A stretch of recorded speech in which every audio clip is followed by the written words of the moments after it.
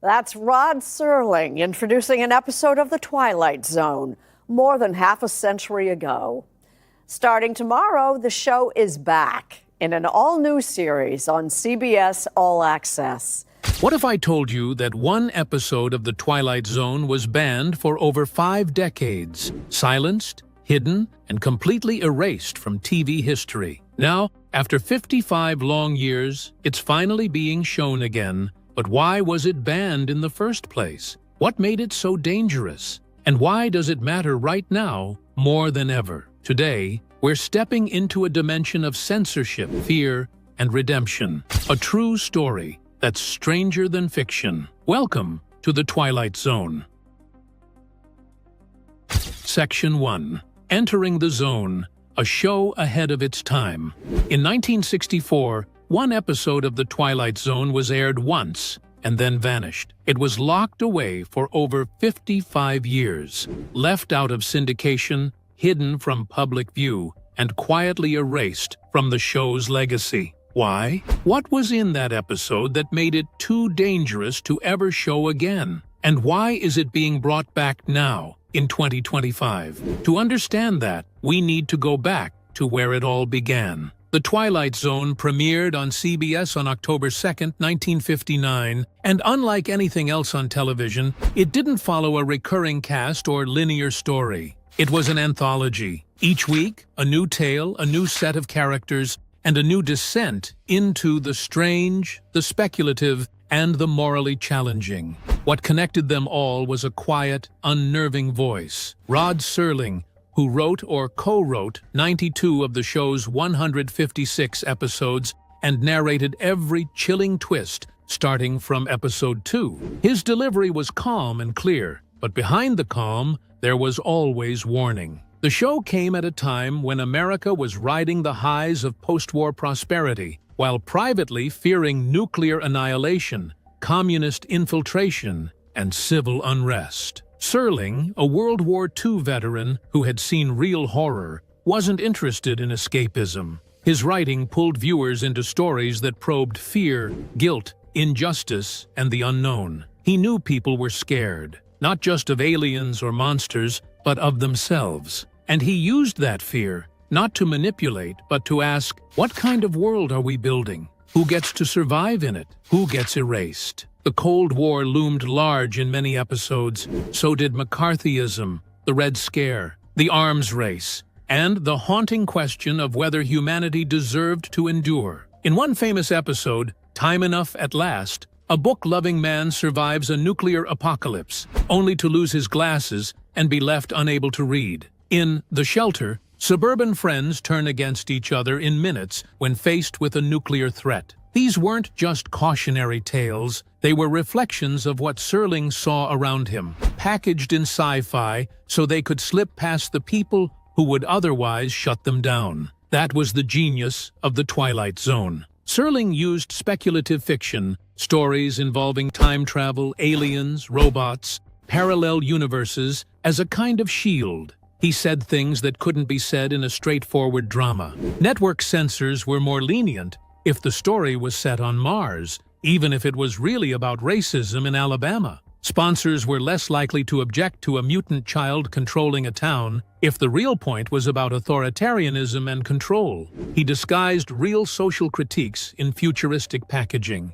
And for a while, it worked, but not always. Serling's earlier career had been defined by frustration. In 1956, a live TV drama he wrote called Noon on Doomsday, meant to depict the death of Emmett Till, was censored so heavily it lost all meaning. Network executives changed the victim from a black boy in Mississippi to an anonymous foreigner, fearing backlash from Southern affiliates and sponsors. Serling was furious. The Twilight Zone became his way of taking back control. Still, even in the relative freedom of the Twilight Zone, Serling had limits. CBS was nervous about his increasingly political tone. Ratings were never explosive, and sponsors sometimes dropped out mid-season. And then came the episode that crossed the invisible line. It was called The Encounter. Aired only once, in May 1964, The episode starred Neville Brand as a bitter World War II veteran and a young pre-Star Trek George Takei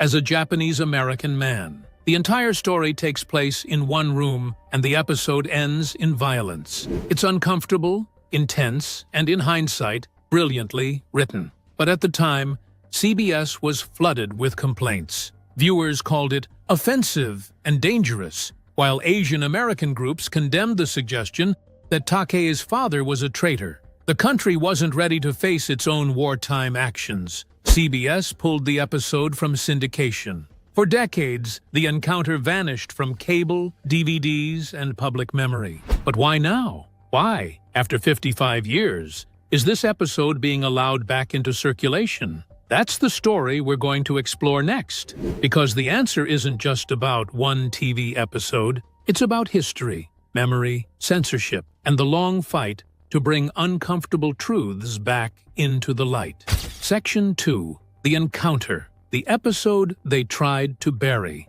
For over half a century, this episode was missing.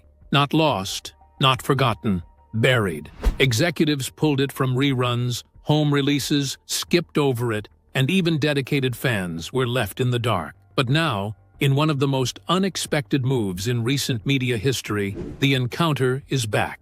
Not a remake, not a sanitized version. The original, uncut, long-banned episode, finally re-aired in full in 2016, and now returning to wide release in 2025. How could an episode of a show like The Twilight Zone, which was built on moral discomfort and difficult truths, be too controversial even for its standards? And what exactly did this quiet, 25-minute bottle episode get so right and so wrong that it was removed from circulation for 55 years? Let's start with the basics. The Encounter aired on May 1st, 1964, during the show's fifth and final season. It was one of only 4 bottle episodes ever produced by The Twilight Zone, a term used in television to describe a story that takes place entirely in one confined location with a very limited cast, typically to save on budget. But despite its minimalist setup, The Encounter delivers one of the most intense, psychologically layered,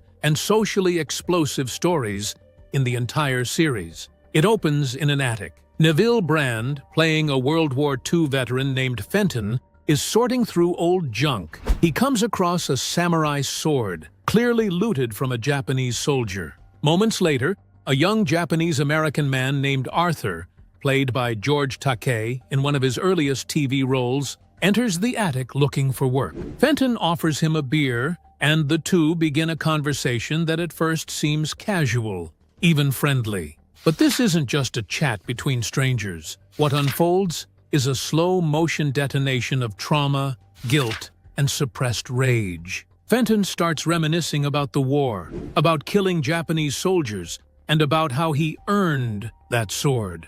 Arthur tries to keep the peace, but something's off. He stares at the sword a little too long. He repeats phrases with strange intensity. And then he drops the first bombshell. His real name is Taro, and his father, he says, was a spy for Imperial Japan who helped plan the attack on Pearl Harbor. From here, the atmosphere tightens like a noose. Fenton becomes paranoid. He's not just haunted by what he did in the war. He begins to suspect Arthur is there for revenge. Arthur, meanwhile, grows more volatile. He suggests the sword has a spirit, that it wants blood. There's no monster, no ghost, no alien, just 2 men trapped in a room, neither willing to leave, both carrying decades of psychological warfare inside them. So why did this episode provoke such an extreme reaction? On the surface, it might seem obvious. CBS and its sponsors were worried about alienating viewers, especially Asian American audiences, by depicting Arthur's father as a traitor. This wasn't just a throwaway line. It was a central plot point. It implied that a Japanese-American man living on U.S. soil had aided in the most devastating military attack on the country in modern history. And this was being broadcast in 1964, at a time when the U.S. government had barely begun acknowledging the full scale of its own crimes against Japanese-American citizens during World War II. Over 120,000 people of Japanese ancestry, most of them U.S. citizens, were forcibly removed from their homes and placed in internment camps after the attack on Pearl Harbor. These were not enemy combatants. These were families, shopkeepers, children, teachers, locked up because of their race. The government had justified the internment with vague claims of national security, but in reality, there was never any evidence of mass disloyalty or espionage. And in 1964, that truth had still not been fully acknowledged. To air an episode where a Japanese-American character confirms that his father was a spy, that was seen as inflammatory, even dangerous. But what the critics and censors missed, or perhaps refused to see, was that the encounter wasn't just about scapegoating. It was about complicity, about the long shadows cast by war. Fenton, the white veteran,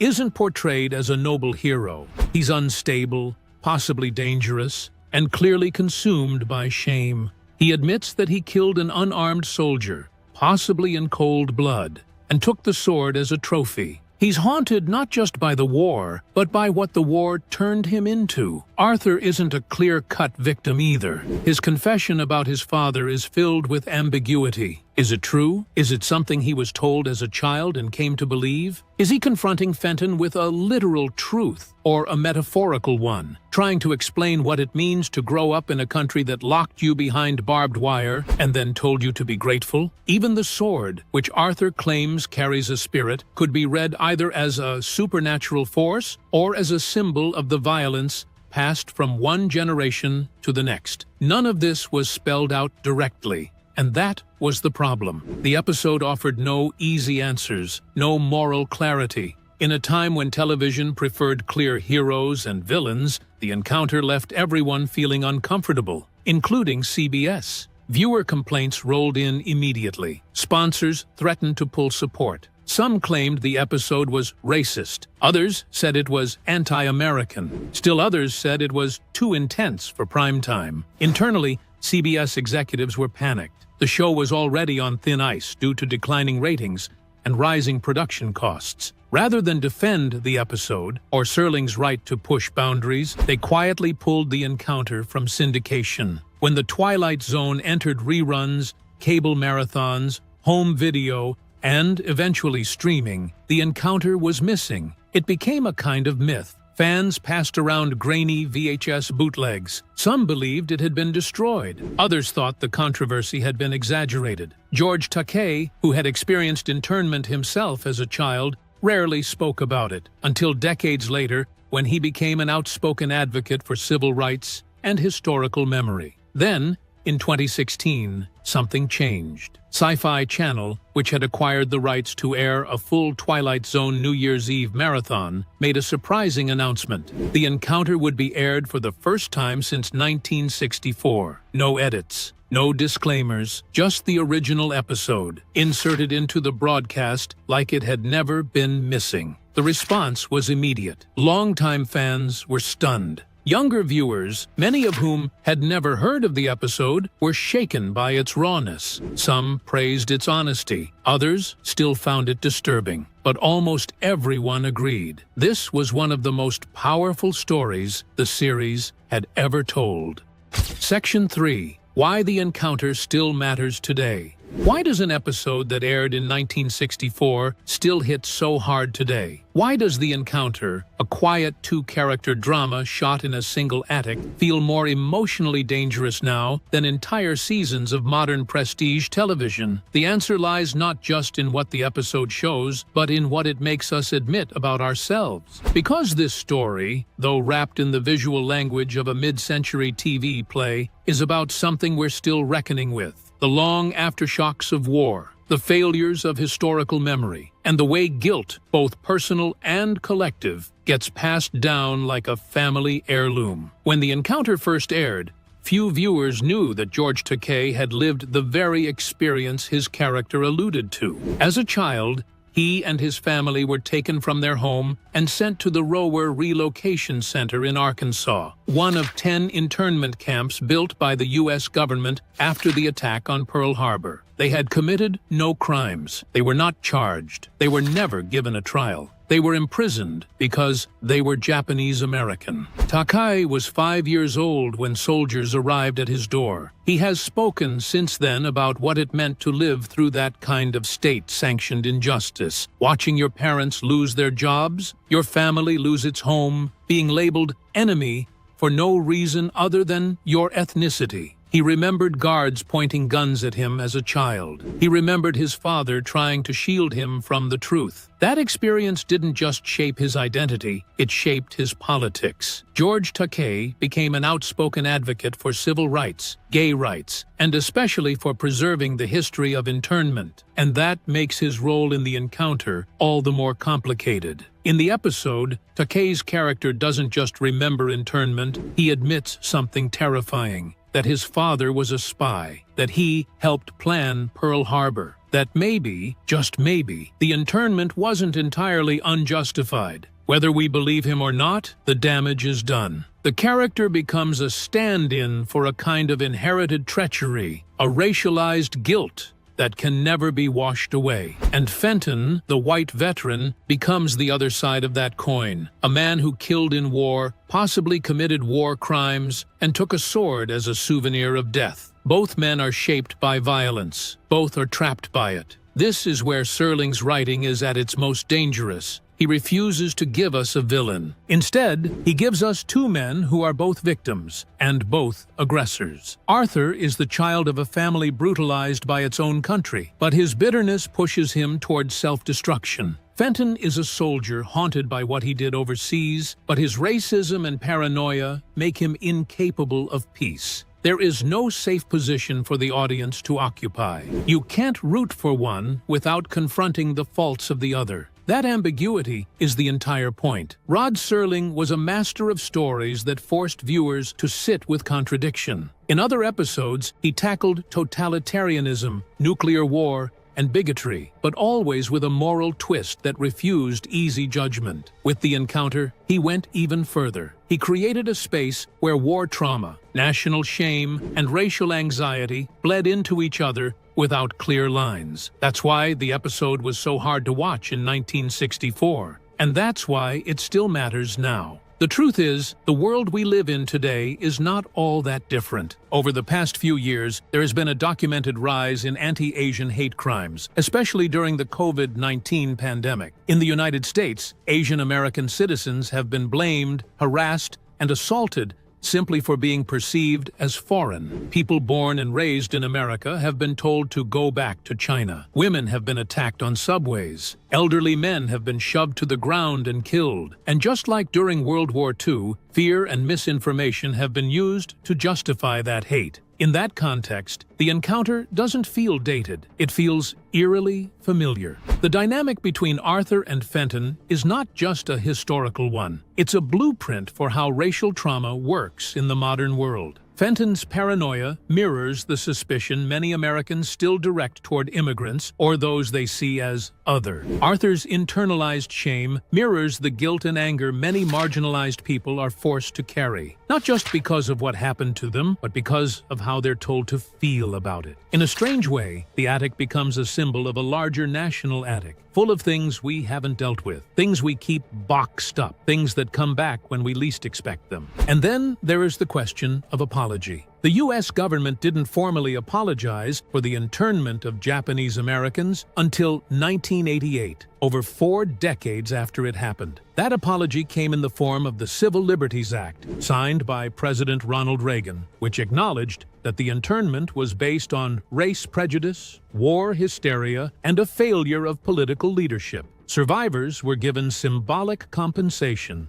But a signature on paper doesn't erase the experience. It doesn't stop it from repeating in different forms. That's why the encounter still matters, because it dramatizes something that history books struggle to convey. What it feels like to be permanently marked by violence, to be unable to step outside of it, to find yourself reenacting it even when you want to escape. The sword in the attic is not just a weapon. It's a metaphor for inherited damage. It doesn't just belong to Fenton, it belongs to both of them. And by the end of the episode, the attic has become a kind of purgatory, a place where accountability, grief, and revenge circle each other without end. Isn't that the world we live in now? One where people are still fighting over who gets to tell the story, who gets to define guilt, who gets to be the victim. What Serling understood, far ahead of his time, is that trauma doesn't obey timelines. It doesn't resolve neatly. It lingers, mutates, infects relationships, reshapes identities, and unless it's brought out into the open, it poisons everything. That's why the return of the encounter is so important, because it's not just a banned episode being unbanned. It's a reminder of what storytelling can do when it isn't afraid to offend. It shows us what happens when we let art reflect complexity instead of flattening it.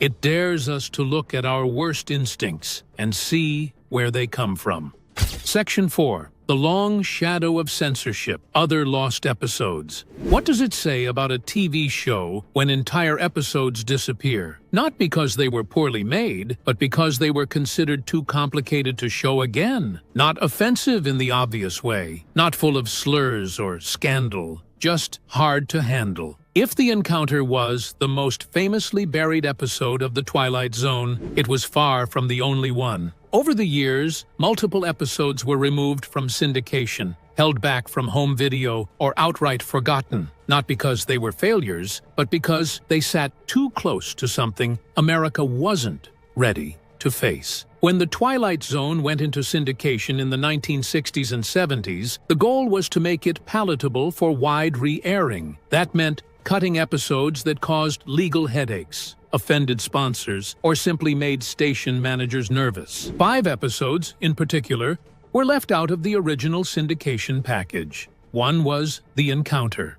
The others were Miniature, A Short Drink from a Certain Fountain, Sounds and Silences, and An Occurrence at Owl Creek Bridge. Each was removed for a different reason, but together they paint a picture of a media environment where the boundaries of acceptable storytelling were constantly shifting and often arbitrary. Miniature, starring a young Robert Duvall, told the eerie story of a lonely man who becomes obsessed with a miniature dollhouse at a museum, believing the figures inside it are alive. The episode aired in 1963 and was pulled from syndication shortly after due to a copyright dispute.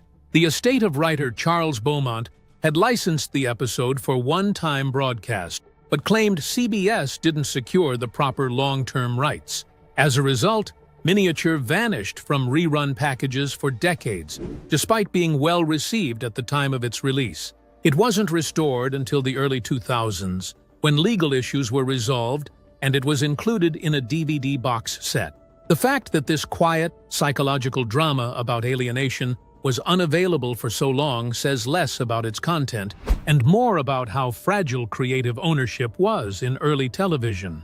Then there's A Short Drink from a Certain Fountain, which aired in December of 1963. It tells the story of a middle-aged man married to a much younger woman who pressures him into taking an experimental youth serum. It works too well.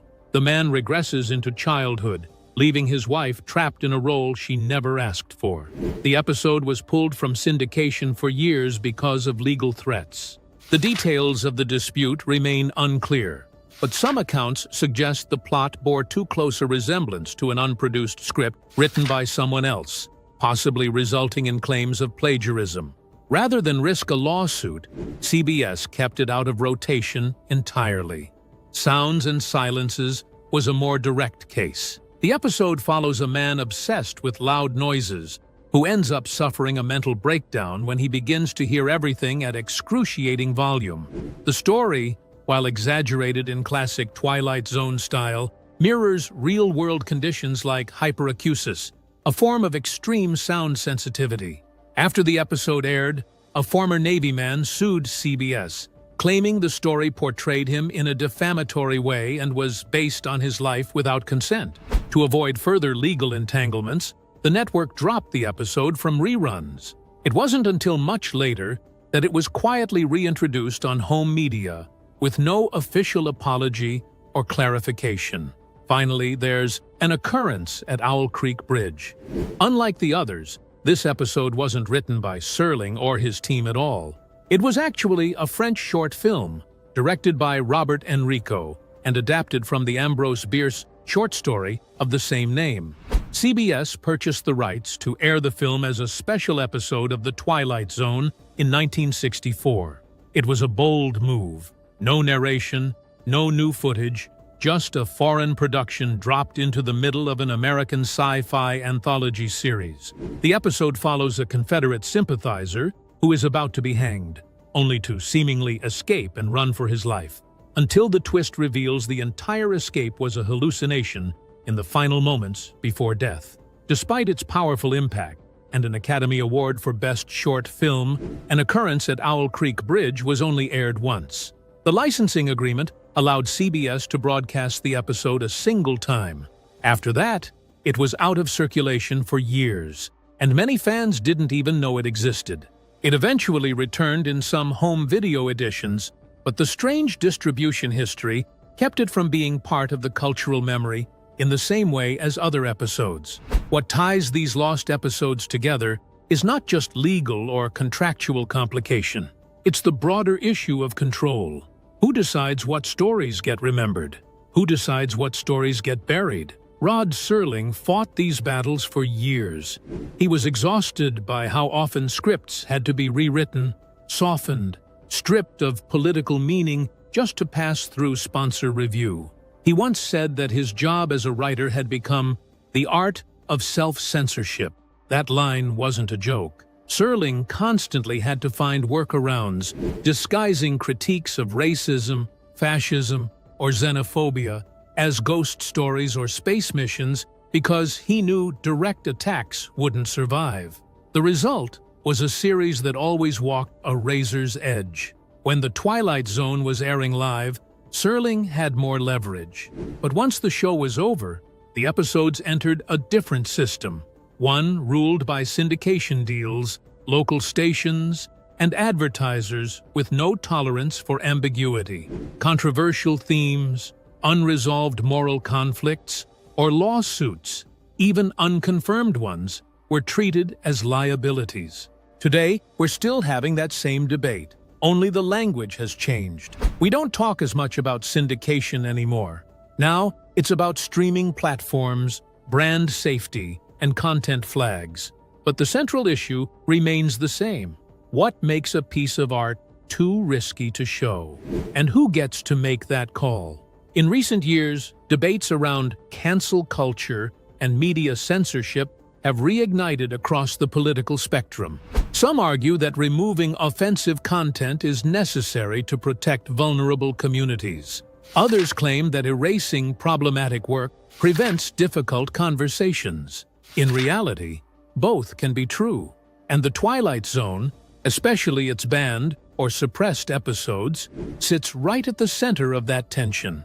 Serling's brilliance was not in providing solutions. It was in making viewers uncomfortable enough to ask better questions. And censorship, even when well-intentioned, often short-circuits that process. When the encounter was pulled, viewers lost the chance to wrestle with a story about intergenerational trauma and moral gray zones. When sounds and silences was buried, we lost a unique take on psychological vulnerability. When Owl Creek Bridge was shelved, we lost an experimental narrative that played with time and perception in ways modern shows are only now catching up to. The irony is that many of these banned episodes aren't especially extreme by today's standards. They're quiet, complex, sometimes sad. But they ask questions networks still hesitate to touch. What if the enemy is someone who looks like your neighbor? What if your hero isn't so heroic? What if justice isn't about winning, but about admitting you were wrong? The Twilight Zone has never really left. It's just evolved. In 2019, Jordan Peele revived the series for CBS All Access, bringing modern production value and socially conscious themes to a new generation. While reviews were mixed, it reignited public interest in Serling's legacy. In 2025, writer Dan Watters is set to release a new Twilight Zone comic through IDW, promising original stories that echo the show's eerie moral tone. And in a surprising move, Ben Stiller is now developing a feature-length Twilight Zone film about a fighter pilot who jumps forward in time by 125 years. This modern resurgence isn't just about nostalgia, it's about timing.